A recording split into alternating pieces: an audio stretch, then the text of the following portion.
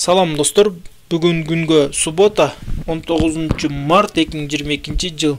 Бүгүн күнгө болгон доллардын курсу, сомдун курсун азыр интернет аркылуу сиздерге билип бермекчимин. Биринчи эле Кыргызстан сомдун просто Google эле жазалычы, сом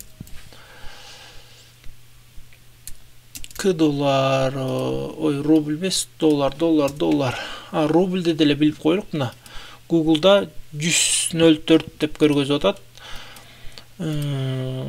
Общий Кыргызстан боюнча средний статистика бул. Азыр эми доллардыкын көрөлүк. Наоборот, сом курс төлөйсүнчү, курс.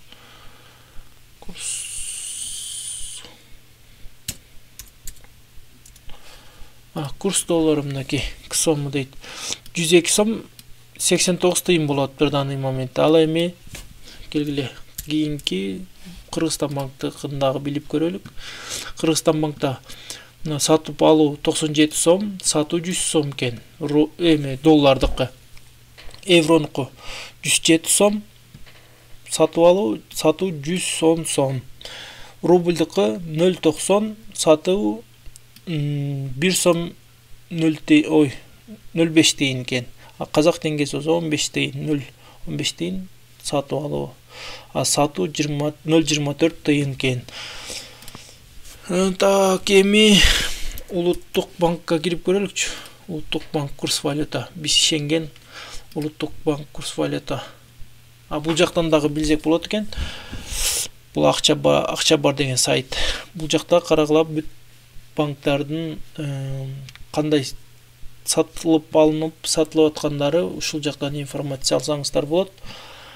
Так, бул жерде мына 97 сом 50 тыйын, 97 покупка бул доллардыкы. Сатуу мына 100 сом 50 тыйын, 100 сом көбүнүкү эле окшош экен. Бул средний статистика. Евронуку, рубльдыкы 0.90, 1.03 экен. Финкомбанкта ушундай болоптур. Казак теңгеси дагы ушундай. Так, биздин улуттук банк, Национальный банк Кыргызской Республики дегенге кирелик.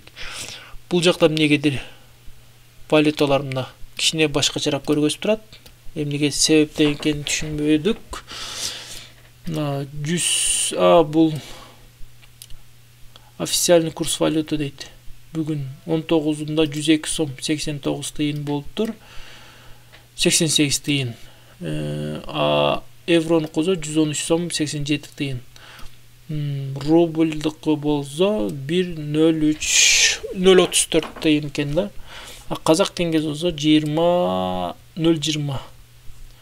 Бул 18-ден 18-де кандай болгон, 19-да кандай болгон, ошолорду көргөзгөн Национальный банк.